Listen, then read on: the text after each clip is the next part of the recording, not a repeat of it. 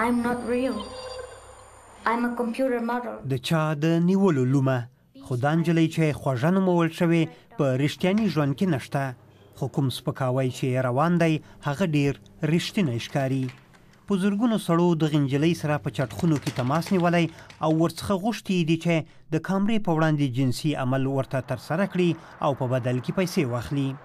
نن په لومړي ځل په استرالیا کې یو سړی په دې تړاو ونیول شو دی له هغو زرو معلومو شوو کسانو لومړنی دی چې تورنیږي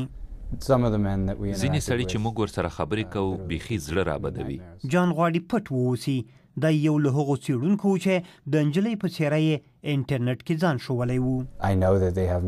پوهېږم دوی نه دي نیول شوي لا یې هم فیسبوک وینم کارونه یې ګورم او تبصرې یې لولم ژوند ورسره ګران دی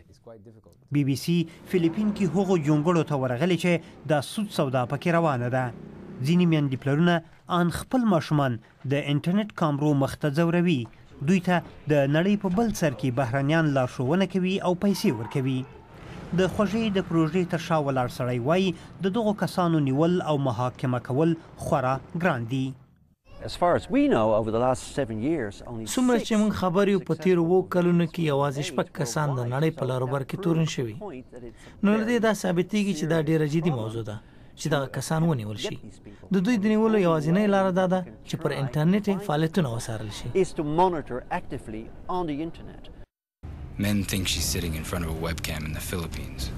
د دې موضوع اندازه د اسانتیاو او د سیاسي هوډ کمښت په دې معنا ده چې په ویب پاڼو ځورونکي به ونه نیول شي د خوږې کار به ترسره شوی وي خو دې په یوې نړیوالې ستونزې رڼا واچوله